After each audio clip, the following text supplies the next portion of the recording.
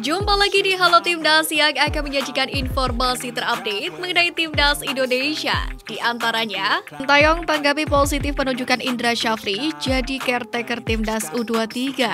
Demi Persebaya, Marcelino pakai nomor punggung 27 di Belgia.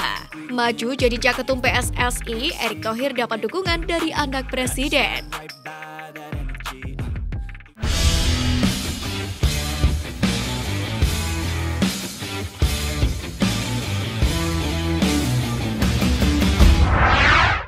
Sintayong tanggapi positif penunjukan Indra Syafri jadi caretaker Timnas U23.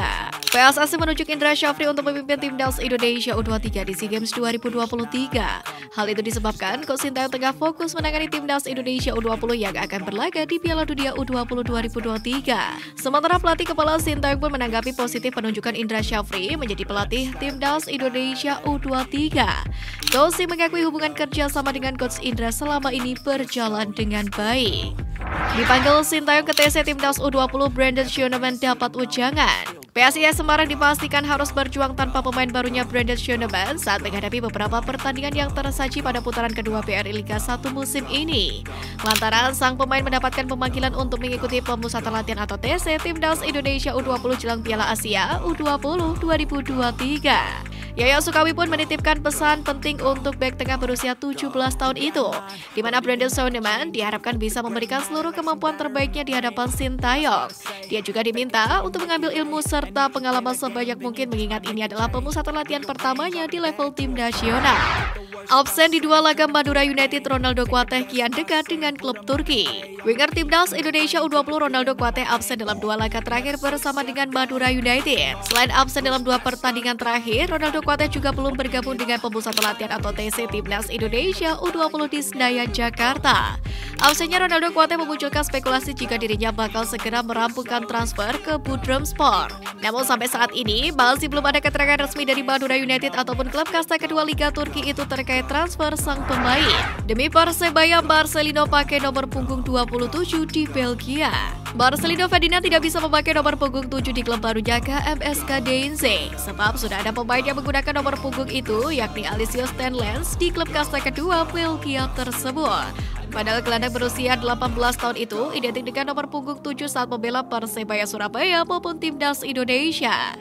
Marcel pun memilih nomor punggung lain yakni 27 di Deinze, di mana angka itu identik dengan Persebaya Surabaya yang lahir pada 18 Juni 1927. Dia ingin menunjukkan kecintaannya terhadap klub yang telah membesarkan namanya.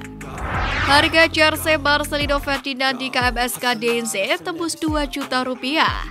Jersey Marcelino Ferdinand sudah tampak di laman resmi klub Belgia tersebut. Deinze tak lupa mengiklankannya lewat medsos mereka, salah satunya di Instagram @KMSK_Deinze agar fans dapat langsung berselancar ke website. Jersey tersebut sendiri pun dijual dengan kisaran harga 70 euro atau setara dengan 1,1 juta rupiah. Namun para penggemar Indonesia harus membayar biaya tambahan untuk pajak sebesar 50 euro atau sekitar 900 ribu rupiah. Aji Santoso beri motivasi Rizky Ridho yang ingin berkarir di luar negeri. Rizky Ridho yang merupakan bek Persebaya Surabaya dan Timnas Indonesia ini tak menutup peluang bermain di luar negeri seperti dengan Marcelino Ferdinand. Pelatih Persebaya Surabaya pun memberikan dukungan kepada semua pemain yang ingin melebarkan sayapnya berkarir di mancanegara. Menurut Aji Santoso, melepas seorang pemain andalan ke luar negeri adalah pekerjaan yang berat bagi setiap pelatih.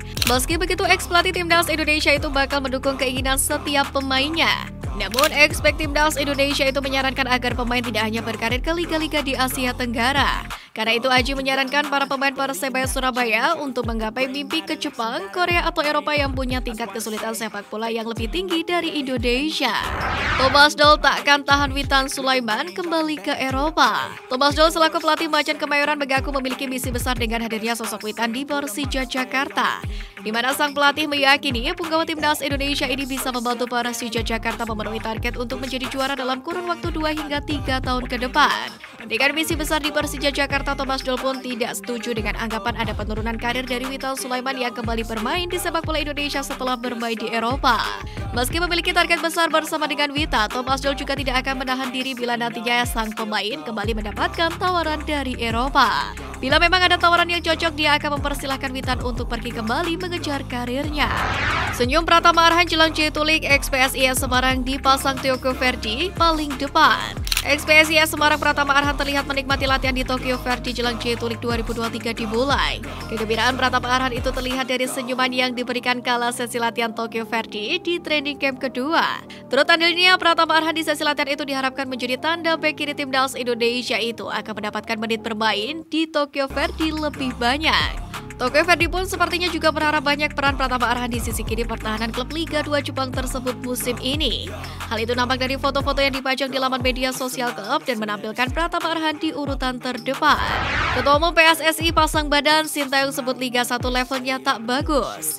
Ditemui awak media usai latihan hari ketiga pada Jumat 3 Februari, Sintayong setuju bila pemain terasah lewat Liga, namun Liga Indonesia dianggapnya saat ini berada di level yang tidak bagus. Lagi pula menurutnya TC Timnas U20 Indonesia mendapatkan dukungan penuh dari Presiden Joko Widodo dan Menpora Zainuddin Amali. Sementara itu Ketum PSSI Muhammad Irawan pun tampak pasang badan melakukan pembelaan kepada Sintayong. Melalui laman Instagram pribadinya @muhammadirawan84 dia menjelaskan jika TC Pajang masih relevan. Bahkan program ini masih digunakan di sepak bola Asia, contohnya sepak bola Jepang. Iwan Bule akui PSSI dan pemerintah sempat tak harmonis. Ketum PSSI 2019-2023 Muhammad Irawan mengakui bahwa hubungan antara Federasi Sepak Bola Indonesia yakni PSSI dengan pemerintah beberapa tahun belakangan ini memang tidak harmonis. Hal ini terlihat dari instruksi Presiden atau Inpres nomor 3 tahun 2019 tentang percepatan pembangunan persepakbolaan nasional, di mana di dalamnya sama sekali tidak menyinggung PSSI. Bahkan dari itu melalui kerja sama pemerintah dan PSSI ditambah para stakeholder sepak bola Indonesia seperti Asprof, Askot, serta klub-klub tengah berupaya untuk menyempurnakan Inpres tersebut. Iwan Bule juga berterima kasih kepada pemerintah dalam hal ini Menpora Zainuddin Amali yang telah memberikan tempat bagi masuknya PSSI dalam penyempurnaan Inpres nomor 3 tahun 2019 tentang percepatan pembangunan persepakbolaan nasional ini. Maju jadi Caketum PSSI, Erick Thohir dapat dukungan dari anak Presiden. Wali Kota Solo Gibran Rakabuming Raka menyambut kabar baik lolosnya Menteri BUMN Erick Thohir dalam seleksi administrasi calon Ketua Umum Persatuan Sepak Bola Seluruh Indonesia atau PSSI periode 2023-2027. Pasalnya Gibran menjagokan Erick Thohir dalam pemilihan Ketua Umum PSSI baru tersebut. Ya, jagoku mesti lolos, ujarnya. Namun dia menekankan banyaknya persoalan yang harus diselesaikan Erick Thohir jika menjabat sebagai Ketum PSSI. Salah satunya terkait pelemparan bus Persis oleh supporter Persita beberapa waktu lalu, di mana menurutnya kisruh dunia sepak bola di Indonesia menjadi tantangan terbesar untuk Ketum PSSI yang baru.